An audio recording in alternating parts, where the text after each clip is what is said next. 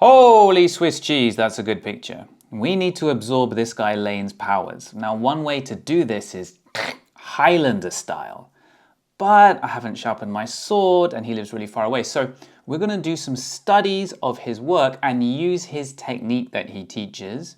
The first thing Lane teaches, I'm in his Patreon, so that's how I know, is to really take your time selecting the pose. And ideally go for a pose that creates a silhouette that kind of explains what the pose is about. And I think this one does that. So I'm pretty happy with that. That's great. So if you've seen our videos before, you'll know that I often go for the big, simple, underlying forms in the figure to understand what the pose is about, to map it out and things like that. So just very quickly, something like this. And then I will start to try to figure out the big shapes of light and the big shapes of dark falling across that pose, and so on and so on and so on. So I'm toggling between 3D understanding of what the pose is about and a sort of 2D shape version of what the pose is about. Lane's exercise kind of flips that on its head, and we start with big, simple 2D shapes, and specifically a big, simple envelope shape that kind of wraps around the whole pose, maybe something like this. And it's nice because you kind of start to notice that this leads us straight down to this elbow, and we get the overall shape that this pose is creating. One elbow is lower, one is higher, it creates this nice kind of asymmetry across the shape. So that's really fun and really cool.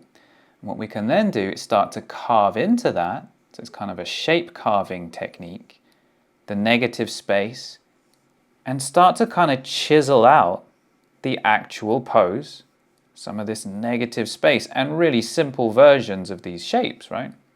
So we start to establish these nice big simple shapes. Then we can start to think about the light and the dark. But similar to what we were thinking about before, we're not going to kind of follow these shapes, intricately around. We're going to think about, okay, if we kind of close an eye and squint at these shapes of light and dark, what are we getting, right? What are the big, simple shapes that we're getting that are nicely designed? And we're going to focus, right, maybe across here and all the way to here, this nice kind of triangular shape. Maybe all the way down here like this, we get a simple shape. And because we're working with big, simple shapes all the time, we're almost kind of guaranteeing that the design is going to be nice at the end because we're thinking about nicely designed shapes all the way through. So what are some problems you might run into with this? Well, one is overcomplicating your shapes, right? So I suggested before that you could go from here down to the elbow in one big movement for your initial envelope shape. But along the way, you might kind of worry about what about this part, and then it goes in here, and then it comes out here, and things like that. And you might start trying to kind of break up this shape into lots of little pieces along the way. Maybe it's even worse on this side. It's harder to kind of go from here down through here, one big line, and you might start going, well, maybe I should stop here, come in, come out, and do that. And so you're going to have to kind of set your threshold to be quite high for there to be any disruption to your line. So something like this elbow, that really seems like a corner that's being turned here. So we can say that can disrupt the line. Same thing on this elbow. And I actually think the top of the head, deserves a couple of corners. And so you can start trying to establish these big, simple shapes. Now, one thing that's useful that Lane actually starts you off with is to think about some very simplified shapes first, just in the abstract, without a figure there, and start trying to establish the types of shapes that you want to use, and that gets you into the right mindset rather than a sort of copying the details mindset. It gets even harder once we get into the shapes of light and dark, because you're worried about these abs, you're worried about these anatomical details. Isn't anatomy really important? And so again, you're gonna have to kind of think like a samurai. We've got a lot of sword references today. Let's just slice through these details, and think about what really matters and what doesn't. And one thing that I always like to mention here is a lot of the musculature, they're just ripples in the form, right? So the big form of the torso, we've got big forms of the torso, and then within that, we get some rippling shapes, right? And the ripples in the surface of the form are nowhere near as important as the overall actual form. So like here is where this kind of tube cylindrical shape of the torso turns away from the light. That's where the light stops hitting it. So that's important. These little things here, those are just little ripples in that form. So for example, here, look at this. We've got this really interesting intricacy to these muscles. Seems really important. You read an anatomy book, you learn about all the heads of the deltoid, etc. But ultimately, what is the form here? It's this, and at some point, that form is just turning away from the light, and so a shadow starts. And so maybe it's like this. It is hard to cut through all of this information and find a big, simple line, but you can do it with practice and with that little bit of discipline. The next thing that can be really hard is, let's say you've done this pretty well, you've carved things out, and this is something that I experienced. I made a thumbnail of this, like this, using that method. So I started off with the shape like this, then I carved into it, then I cut out a shape of light, and then I just added a few smaller shapes. I liked the design that I came up with, and this was great. So then I started trying to do it for real, and a couple of problems started to emerge. So at this stage, I was kind of happy. I was doing the process like I've described to you. Then I start putting in the shapes of light and dark, but I'm starting then to find some problems. For example, because I'm thinking more about shapes and less about drawing the figure, the proportions are harder to keep control of. So I should have spent a little bit of extra time here to just refine these shapes with some observations. Because what happens then is I'm starting to adjust the proportions later, messing up my design. The other thing that happened as I got more and more into the picture is I started to emphasize little things with really strong marks, which disrupted my nice initial idea, my nice initial set of shapes that I had established in my thumbnail picture. So it felt to me like I was starting strong in the process and then allowing little things to disrupt my design. And I wasn't doing this approach properly all the way through to the end. So I thought about trying to absorb Lane's powers, in that rogue way from X-Men, but then I thought maybe I could just call him and ask. So that's what I did. Man, I think these look great. Honestly, I love the atmosphere. I love the overall sort of subtlety of the tones you have, and just the delicate line work is like just really working so nicely to me. And I love Thanks, the man. Yeah. thumbnail, definitely. I think that's a great way to start. I really enjoy the way you framed it, and I like that the frame itself is like, it's part of the composition. Um, you didn't try to do the full figure here, which is really good. So we're able to appreciate these negative shapes around the figure. And there is a great sense of atmosphere. Like we've just been talking about playing up the atmosphere and having luminous shadows. And I think you've really achieved that here.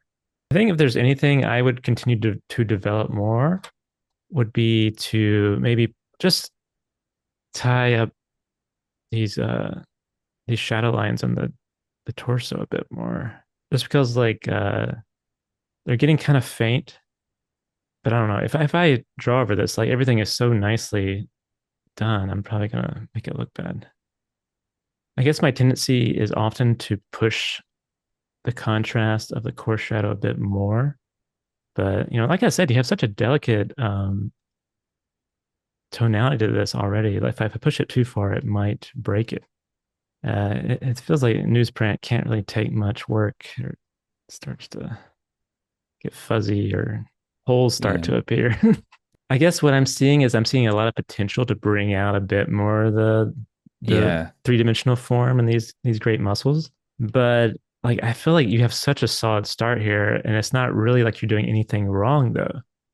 Your statement here is like just a bit more subtle, a bit more nuanced, a bit more in the murk, you might say. Like, again, like that analogy to having thick atmosphere, like it's underwater.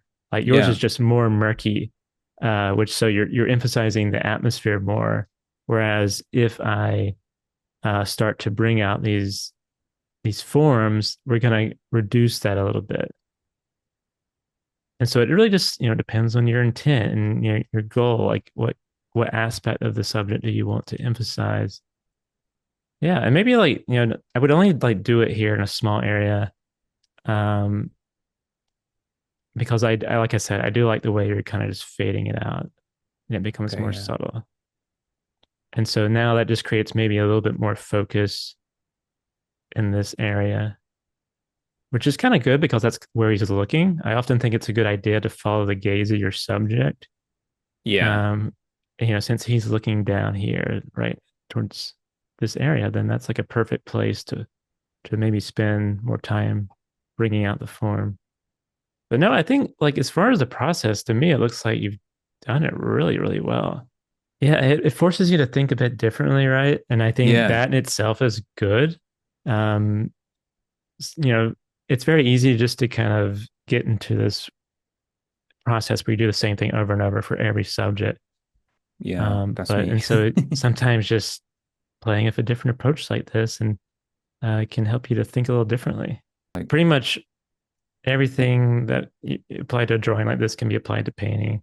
okay, Just cool. just the specific process might be a little different, but the ideas are the same. So with that help from Lane, I had another go. So here in this pose, I went down here, down to the elbow, through here, up and around as my starting point. So you can see that over here like that. And I decided to kind of cut this leg out of the composition because I really liked this simple shape.